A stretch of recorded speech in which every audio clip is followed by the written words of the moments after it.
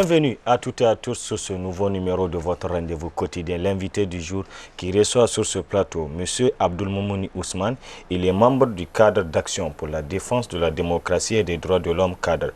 M. Abdelmoumouni, bonjour. Bonjour. Et merci d'avoir accepté notre invitation. Tout le plaisir est pour moi. Avec M. Abdelmoumouni, c'est la question de la situation sociopolitique de notre pays. Et ma première question est la suivante. M. Abdelmoumouni, depuis un certain temps, on sait que sur le plan social, le plan politique, notre pays connaît des agitations appréciées par cela et par-ci. Alors, selon vous, comment vous voyez cette situation politique? Bien, merci. La situation sociopolitique du Niger, elle est suffisamment délétère pour justifier, en tout cas, de l'inquiétude de la part des citoyens, et particulièrement des acteurs de la société civile que nous sommes.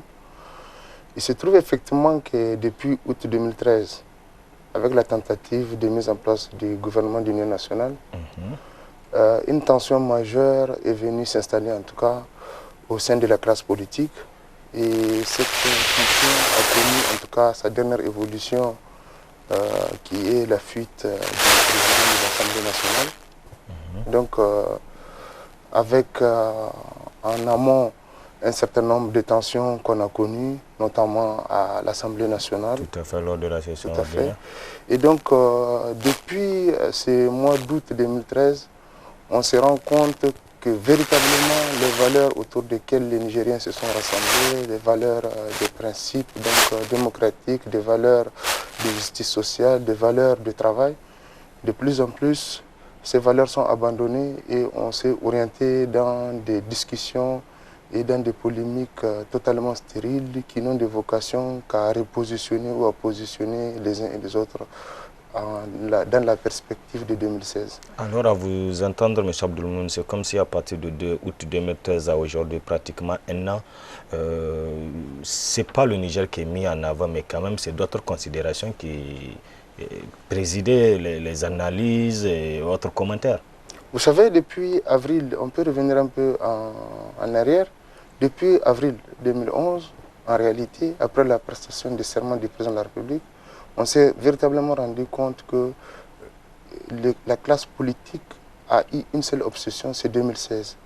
Donc, à partir d'avril, au lieu de travailler pour ceux qui sont au pouvoir, au lieu de travailler pour consacrer le bien-être collectif, pour faire en sorte que le Niger rayonne, pour faire en sorte que les conditions de vie des uns et des autres s'améliorent, au lieu de s'axer sur ce travail, très vite, ils se sont orientés sur 2016. Toutes les réalisations qui sont faites ne sont pas nécessairement réfléchies dans le sens de porter des réponses structurelles aux difficultés auxquelles nous sommes confrontés, mais c'est pour dire j'ai fait. Donc on est dans la publicité, on est dans la communication. De l'autre côté, très vite, les opposants se sont rendus compte que le pouvoir est en train de développer un certain nombre de stratégies pour s'assurer de sa réélection, en tout cas en 2016. L'autre membre donc, de la mouvance au pouvoir, qui était le MANA, s'est rendu compte que le principal parti au pouvoir, donc le PNDS, ne joue pas franc jeu. Il est en train de développer des moyens extraordinaires pour s'assurer son passage en 2016. Donc, à partir d'avril 2011, qui est de travailler convenablement pour le bien-être des Nigériens, ils se sont tous déversés dans la précipitation, ils se sont déversés dans des stratégies pour arriver à se faire élire ou à évincer l'autre pour 2016. Donc, et cette stratégie a connu, malheureusement, ou cette tendance a connu son summum avec la crise à l'Assemblée nationale, après donc, qui est consécutive aussi au départ de l'Oumana et de la mouvance au pouvoir.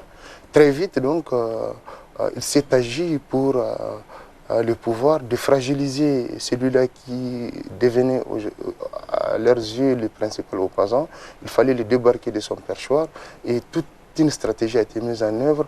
On est rentré dans des logiques tendant à mobiliser effectivement des députés et la machine s'est bloquée à 69. Ça ne permettait pas de les débarquer et d'autres stratégies ont été mises en œuvre. Et donc on pense que cela fait partie du jeu démocratique.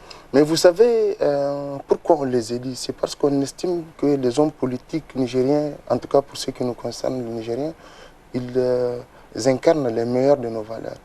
Et ces valeurs, ce sont des valeurs tout à fait positives, ce sont des valeurs de respect, ce sont des valeurs évidemment qui consacrent le bon vivre ensemble.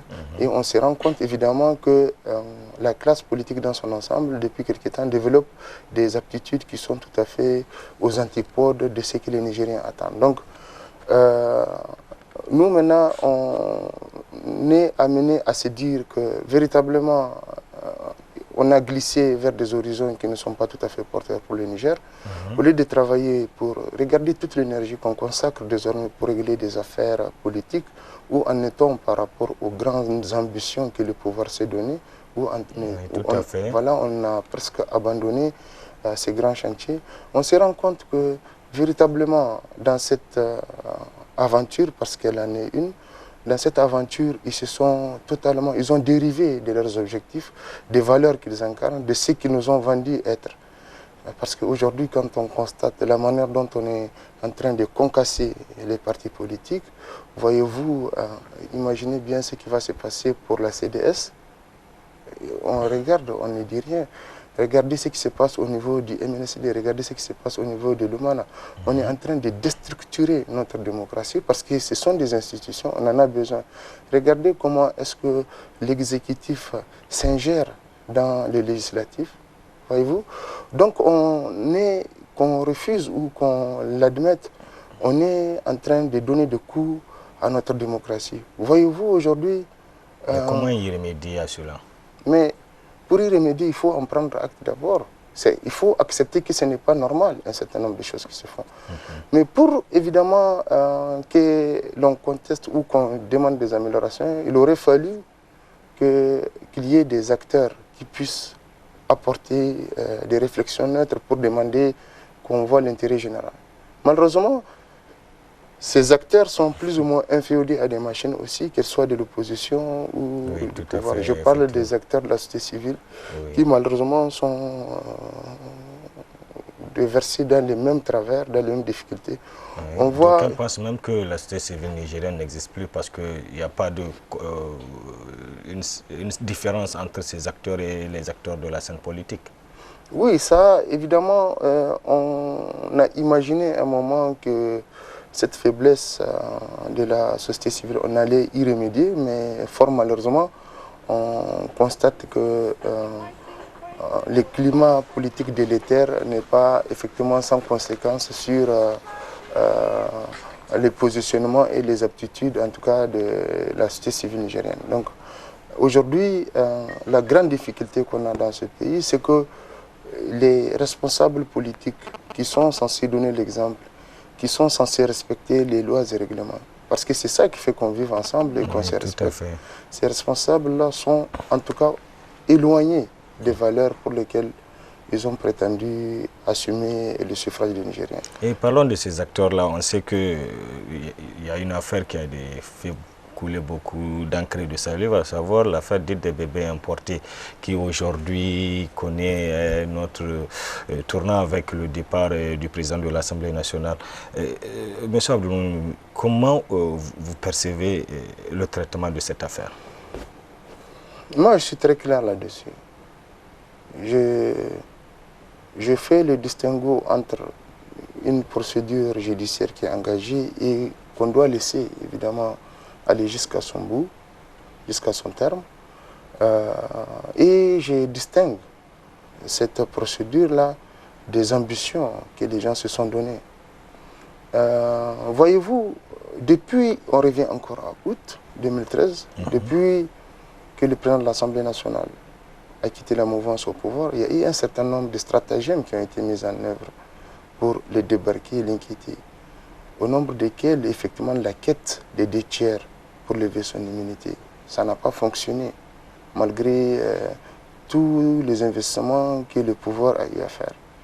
On sait également, et on a vu, paradoxalement, en tant que Nigérien, en tant que démocrate, il est inadmissible que la deuxième personnalité de ce pays soit dépourvue de sa sécurité.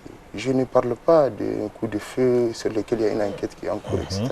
Donc il y a un certain nombre d'événements qui témoignent de l'engagement du pouvoir à le faire partir. Et ça a été même dit, ça, je parle d'un discours tenu ou des propos tenus par le ministre de l'Intérieur à Paris, disant effectivement qu'ils allaient prendre les dispositions pour le faire partir. Donc, on ne peut pas me démontrer, après un tel acharnement sur le plan de l'Assemblée nationale, on ne peut pas me démontrer que cette affaire-ci, celle des bébés importés, n'est pas sans lien avec la volonté du pouvoir à les faire partir par tous les moyens. Et on sait qu'en Mais la personnalité en question, à savoir le président de l'Assemblée, ne pensez-vous pas, comme ils sont de la même école politique, si c'était lui qui était de l'autre bord, n'allait-il pas jouer au même comportement? Mais justement, on sait que c'est quelqu'un d'assez sulfureux. On sait évidemment que quand il était au pouvoir de 2000 à 2007, on sait un certain nombre qu'il a posé, et aussi au temps de la cohabitation. On le sait. Mais c'est quelqu'un au Niger, tout le monde sait qu'il est capable de tout. Ces complots, il en a l'habitude de les porter. Il y a plusieurs Nigériens qui ont été inquiétés avec des motifs plus ou moins fallacieux. Mais par contre,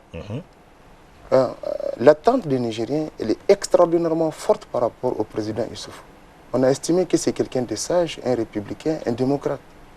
Et il n'est pas attendu, en tout cas il n'est pas espéré que Mahamadou Issoufou, qui a incarné les valeurs sur lesquelles l'espoir des Nigériens et du Niger repose, qu'il utilise les mêmes billets qu'Iha Mahamadou. C'est ça qu'on découvre. Et c'est finalement que les gens n'arrivent pas à comprendre. Alors. Finalement, c'est même tabac. Et donc on constate effectivement qu'ils sont en train de glisser, mais pendant qu'ils le font, au moment où ils tombent ensemble, ils glissent avec notre démocratie, ils glissent avec notre unité nationale, ils glissent avec notre République. C'est ça qui est inquiétant. Et c'est à ça qu'on ne doit pas être complice. On doit réagir pour dire ça ne va pas, arrêter.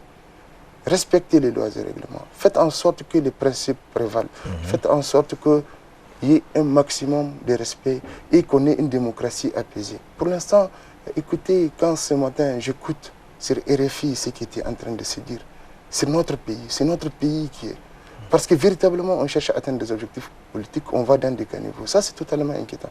Donc il était, en tout cas de notre part, il était vraiment attendu que Issoufou ne soit pas l'acteur de ces agissements-là qu'on constate aujourd'hui fort malheureusement, qui discréditent et entament ou entachent la crédibilité des Nigériens de leur ensemble. Alors, M. Abdelmouni, une question, parce que c'est la question que se posent beaucoup de citoyens aujourd'hui, qui pensent que c'est cette classe politique qui a pris le Niger en otage et qu'il faut qu'il change de comportement pour que le Niger puisse avancer. Quand on sait que le dernier rapport sur l'indice de développement humain nous a classés à la dernière place, beaucoup de Nigériens n'ont pas compris cela. Et c'est les mêmes arguments qui ont été développés au temps où Hama aussi était Premier ministre. Pratiquement aujourd'hui, chacun reste dans son coin pour chercher à comprendre la situation. Oui, mais vous savez, une démocratie, ce n'est pas les élections seulement. Il faut être à l'écoute du peuple. Il faut s'assurer que ça fonctionne, que les besoins réels des Nigériens soient pris en compte. Il y a eu un programme de la Renaissance qui est là, en tout cas, au tout départ, il est censé correspondre aux besoins des Nigériens, faire en sorte que leurs conditions de vie s'améliorent.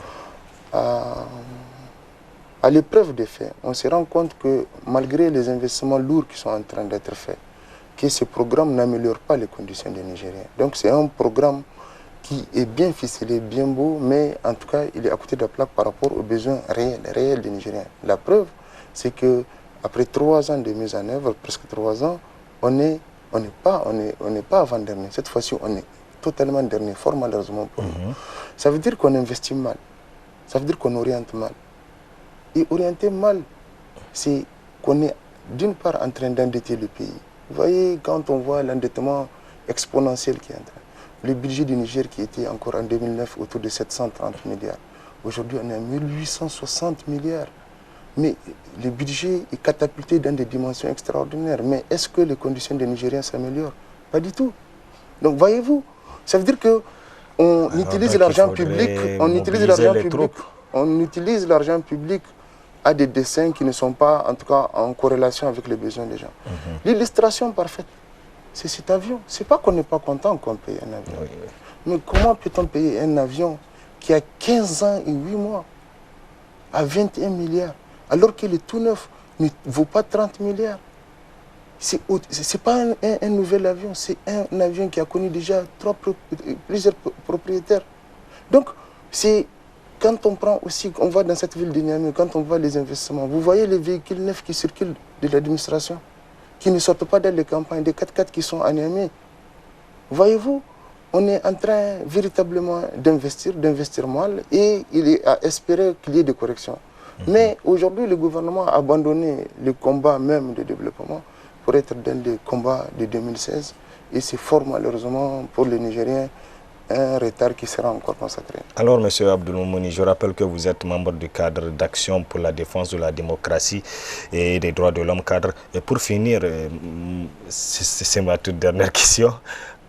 Le Niger, selon vous, comment nous devrons orienter nos actions pour que ce pays puisse réussir au rang des nations qui gagnent? Vous savez, il faut que nous admettions une chose. Le mal de la classe politique nigérienne a métastasé dans la société nigérienne. Aujourd'hui, les comportements qui sont tout à fait opposés aux valeurs qui nous réunissent, ce n'est pas seulement là-bas. On les trouve, par exemple, au niveau de ceux-là qui sont censés apporter l'alternative ou des corrections, les acteurs de la société civile. On a les mêmes travers. On arrive au niveau de nos populations, elles ne sont pas exigeantes. Elles observent. On n'a pas de citoyens. J'ai l'impression qu'on a même des sujets. En réalité, les chefs peuvent décider qu'ils les fassent bien ou mal. Il n'y a pas grand monde qui va agir. On attend quelque part. Mais c'est peut-être la méconnaissance de leurs droits et devoirs. Je crois que le peuple nigérien est suffisamment politisé, mais il comprend parfaitement les enjeux, mais il n'a pas confiance aux acteurs. Parce que les acteurs, qu'il s'agisse des acteurs politiques ou des acteurs de la société civile, on se rend compte que quand ils parlent, c'est toujours intéressé. Souvent, quand on parle, c'est pour prendre l'ascenseur. Ils ne descendent jamais l'ascenseur au niveau du peuple. Quand ils montent, ils y restent, ils se consacrent, ils s'enrichissent. Le peuple reste là où il est, il reste dans sa misère. Prochain rendez-vous aux prochaines élections, malheureusement. Merci, M. Abdulmoumouni Ousmane. Je rappelle que vous êtes membre du cadre d'action pour la défense de la démocratie et des droits de l'homme. Merci d'être sur ce plateau. Merci. Et espérons vous retrouver une prochaine fois pour encore analyser la situation sociopolitique de notre pays. Voilà, nous sommes au terme de ce numéro de votre rendez-vous quotidien, l'invité du jour. Merci de l'avoir suivi. Passez de très bons moments en compagnie des programmes de la télé, tout simplement. Au revoir. Merci. Merci.